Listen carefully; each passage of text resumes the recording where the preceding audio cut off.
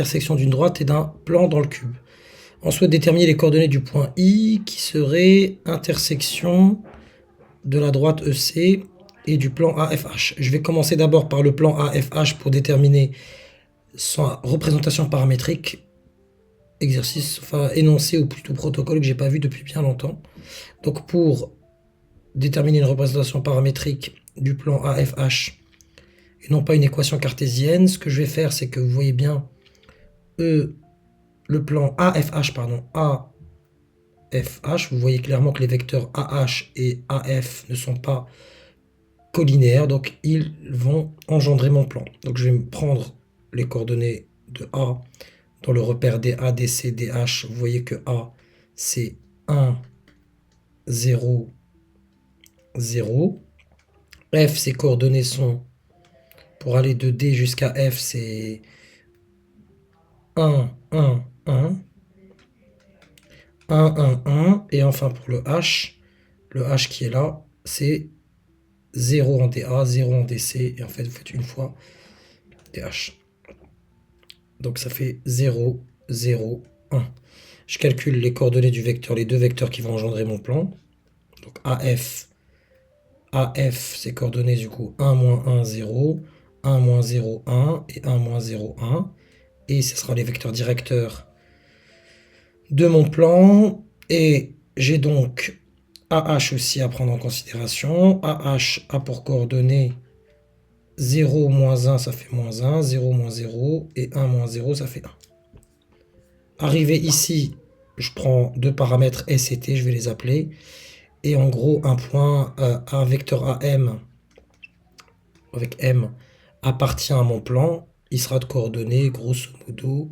Vous prenez les coordonnées... non, je vais même pas passer par là, je vous le donne direct l'astuce. Hein, parce que là, j'ai pas le temps.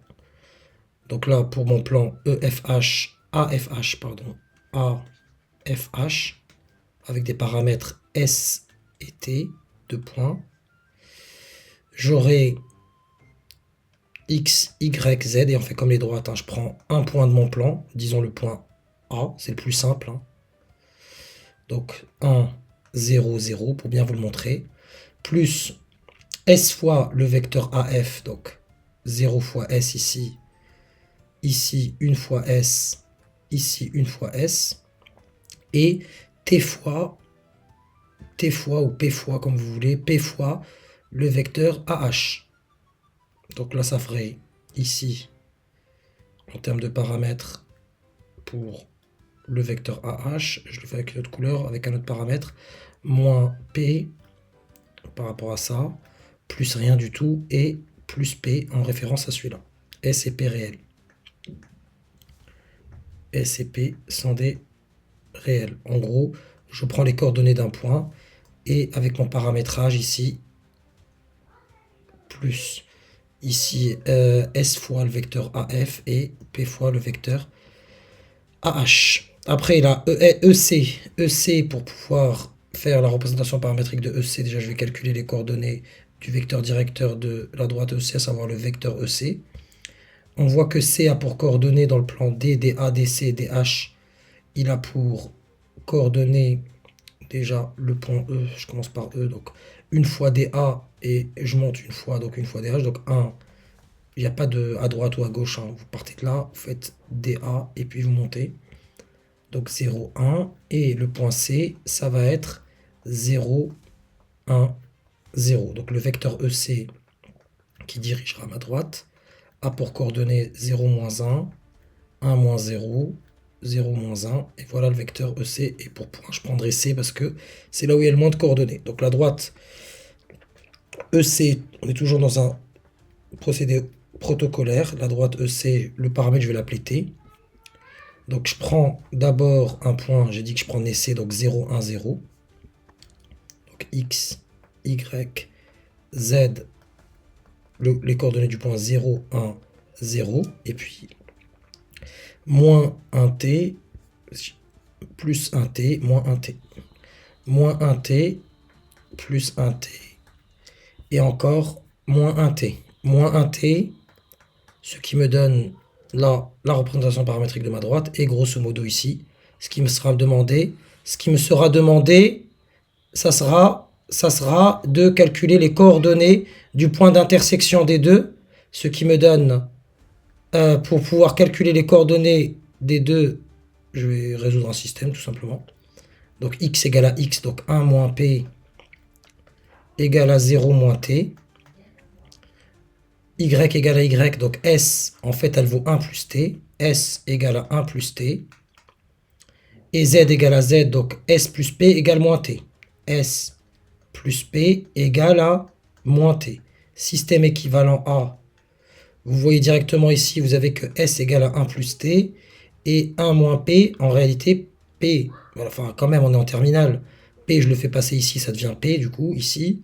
Et moins t de l'autre côté, ça devient t. Donc p égale à 1 plus t.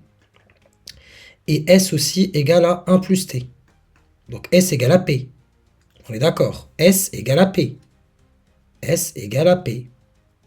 Et on a aussi que, du coup, S égale à P. Donc S plus P égale à moins T. C'est comme si vous aviez 2 S finalement. 2 S égale à moins T. Mais vous avez 2 S égale à moins T. Et S égale à 1 plus T. Mais S égale à 1 plus T. Donc, qu'est-ce que je vais faire? Puisque S égale à 1 plus T, ça voudrait dire pour la troisième ligne que 2 fois 1 plus T est égal à moins T. S égale à 1 plus T et P égale à 1 plus T. Ce qui est équivalent à P égale à 1 plus T, S égale à 1 plus T, et là 2 fois 1, 2, plus 2 fois T plus 2T est égal à moins T. Autrement dit, je poursuis ma résolution. P égale à 1 plus T.